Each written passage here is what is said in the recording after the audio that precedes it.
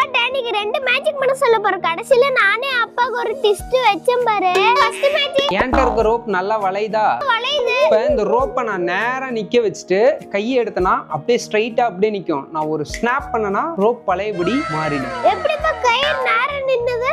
இந்த ரோப்புக்குள்ள சின்ன கயிறு மாதிரி ஒரு வளையம் கொடுத்துருப்பாங்க. இதை என்னோட விரல்ல போட்டுட்டு இதை இழுத்து பிடிச்சனா இந்த ரோப் வந்து ஸ்டிஃபா மாறும். லூஸ் விட்டனா இது பெண்டா மாறிடும். Second magic. இந்த கவருக்குள்ள 50 ரூபா மட்டும் தானே இருக்கு. 50 ரூபா இருக்கு. இப்ப பாரு 100 ரூபாயா மாறிடும்.